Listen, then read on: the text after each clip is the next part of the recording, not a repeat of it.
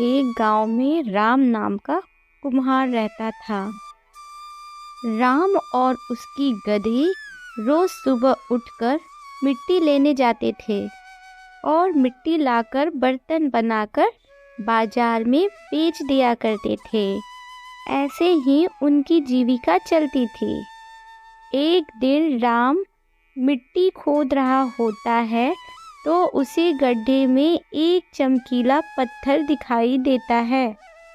उसे यह पत्थर अच्छा लगता है और अपने पास रख लेता है। गधी से कहता है, देखो गधी, मुझे क्या मिला, मैं इससे तुम्हारे गले का सुंदर पट्टा बनवाऊंगा। फिर दोनों घर चले जाते हैं।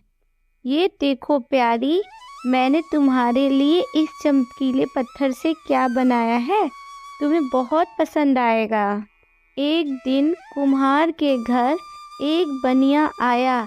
बनिया की नज़र उस गधे पे पड़ गई। उसे भी वह चमकीला पत्थर भा गया और उसे अपनी तराजू में सजाने को सोचने लगा। राम ने कहा, बताइए सेठ जी, आप क्या लेना पसंद करेंगे, आपको मैं क्या दूं? सेठ ने कहा कि मैं तो मिट्टी का घड़ा लेने आया था, पर तुम्हारे इस गधे के गले में पड़ा पत्थर मुझे बहुत भा गया। ये पत्थर तुम मुझे दे दो। राम बोलता है, सेठ जी, मुझे इस पत्थर के 5 रुपए चाहिए और गुड़ चाहिए 2 किलो। सेठ जी ने बोला, ठीक है राम, मैं तुम्हें 2 किलो गुड़ और 5 रुपए दे देता हूँ, लेकिन तुम यह पत्थर मुझे दे दो। राम गले से गधे के पत्थर निकालकर सेठ जी को दे देता है। सेठ उस पत्थर को लेकर अपनी दुकान आता है और अपनी तराजू में सजा देता है। एक दिन सेठ के दुकान में एक ज्वेलर्स आता है। उसकी नज़र उस पत्थर पर पड़ती है। वो बेहद कंजूस था। वह देखकर समझ जाता है कि यह पत्थर नहीं, हीरा है। तब सेठ जी कहते हैं, बताइए साहब, आप क्या लेंगे? ज्वेलर्स ने कहा कि मुझे आपकी तराजू में लगा ये पत्थर चाहिए, इसकी कीमत बताइए। सेठ कुछ देर सोचा और फिर बोला कि मैं इस पत्थर के 20 रुपए लूँगा। इतना कम दाम सुनकर ज्वेलर्स हैरान हो जाता है और सोच में पड़ जाता है। वो समझ जाता है कि ये सेठ इसको पत्थर समझ रहा है, लेकिन ये हीरा है, इसलिए इसकी इतनी कम कीमत लगा रहा है।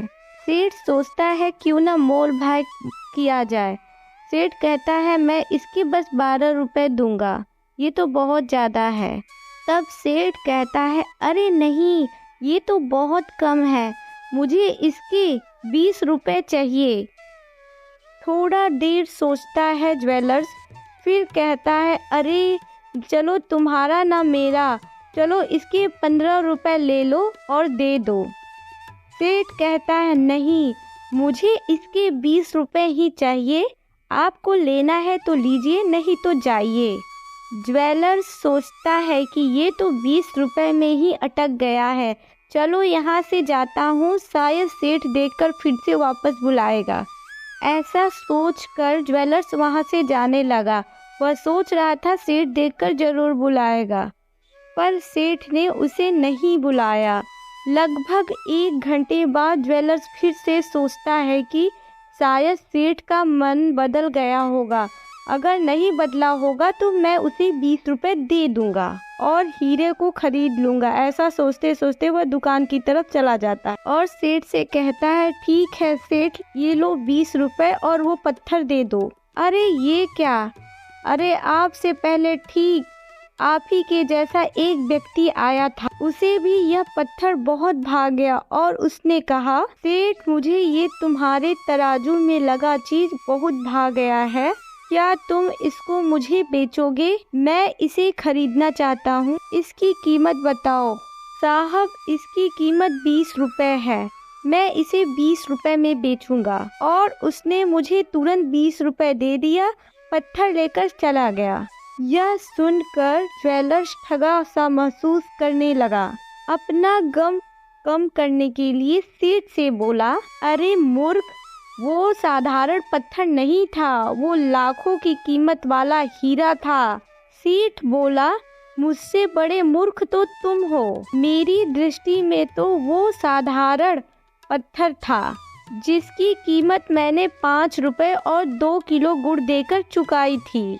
पर तुम जानते हुए भी कि लाखों की कीमत वाला पत्थर 20 रुपए में भी नहीं खरीद सके। तुमसे बड़ा बेवकूफ़ और कौन होगा। ज्वेलर्स पछताने लगा और अपने घर की ओर दुखी मन से जाने लगा। तभी पीछे से आवाज आई, ओए श्याम, कहाँ जा रहा है? अरे रुक जा, क्या हुआ? इतना उदास क्यों है? चेहरे का रंग क्यों उड़ा हुआ है तेरा? बताऊं क्या? ऐसा कहकर सारी आप बीती अपने दोस्त को बताया। तुम्हें पता है, वो हीरा मैंने ही वो सेठ से ली है। ये क्या, तुम भी ज्वेलर्स हो, मैं भी ज्वेलर्स हूँ। तुमने तो उस हीरे को पहचान लिया था, तब भी तुम उसे 20 रुपए में ना खरीद कर सेठ जैसे व्यापारी के साथ मोल भाव करने लगे। यदि यही हीरा बड़े ज्वेलर्स के दुकान में होती तो बिना किसी मोल भाव के हम इसे लाखों रुपए में खरीद लेते, तब भी हम खुश रहते। सही कहा तुमने, आज तुमने मेरी आंखें खोल दी। दोस्तों, ऐसे ही हम छोटे व्यापारियों के साथ रोज मोल भाव करते हैं। मोल भाव करना गलत नहीं है, पर हमें मालूम है जैसे गांव से आए हुए सब्जी वाले के पास जो सब्जी है वह प्राकृतिक खाद से उगाया हुआ है, और जो बड़े दुकानों में सब्जी है वह रासायनिक खादों की द्वारा उगाया गया है। उसे लंबे समय तक सुरक्षित रखने के लिए केमिकल का उपयोग किया जाता है। फिर भी हम मोल भाव करेंगे तो बस गांव वालों के साथ, रास्ते में जो दुकान लगाए हैं उसके साथ। माल वाले अपनी स्वेच्छा से मोल भाव निर्धारित करते हैं और हम कभी उनसे मोल भाव नहीं करते और खुशी खुशी सामान ले लेते हैं। दोस्तों, अगर आपको ये कहानी हमारी अच्छी लगी हो तो हमें कमेंट करके ज़रूर बताएं, और आप मेरे चैनल पर नए हो तो मेरे चैनल को सब्सक्राइब करना ना भूलें।